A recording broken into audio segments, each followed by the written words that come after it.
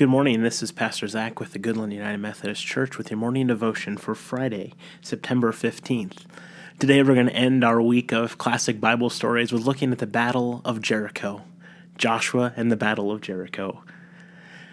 The Battle of Jericho featured one of the most astounding miracles in the Bible, proving that God stood with the Israelites.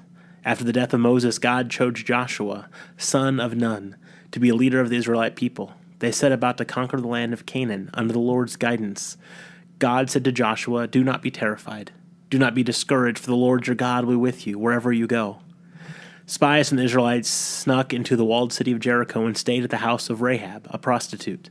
But Rahab had faith in God and told the spies that she knew what the Lord had done for them. They knew that the Lord had dried up the water of the Red Sea for when they had come out of Egypt. They heard it and their hearts melted in fear, and everyone's courage failed because the Lord their God, the God in heaven above the earth, was with them. She hid the spies from the king's soldiers, and when the time was right, she helped the spies escape the city. Rahab made the spies swear an oath. She promised not to give away their plans, and in return they would spare Rahab and her family when the Battle of Jericho would begin.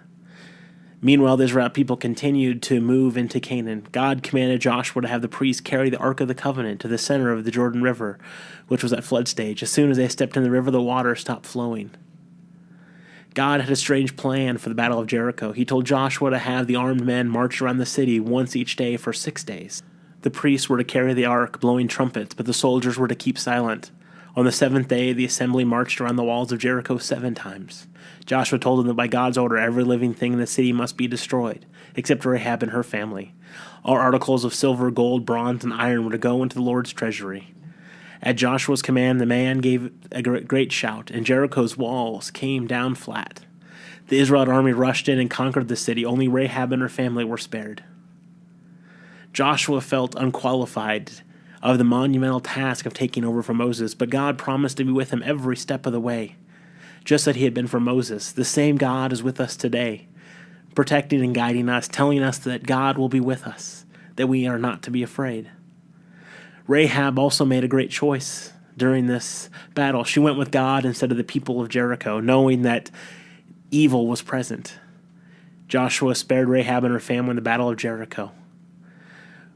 Joshua's strict obedience to God is a key lesson from this story. At every turn, Joshua did exactly as he felt God was leading him, and the Israelites prospered under his leadership. It's important for us to remember that if we give a space, are patient, allow to hear God's call in our lives, to hear the Holy Spirit move, that we will be guided in ways just like Joshua, just like Moses, that we will do great things we never could imagine, things that seem beyond our ability, because God's Spirit will guide us, will strengthen us, will make sure that we are on the right paths if we're willing to listen. I hope you have a great weekend, and we'd love to see you Sunday morning at 10:30 at the Goodland United Methodist Church for worship. Have a blessed day.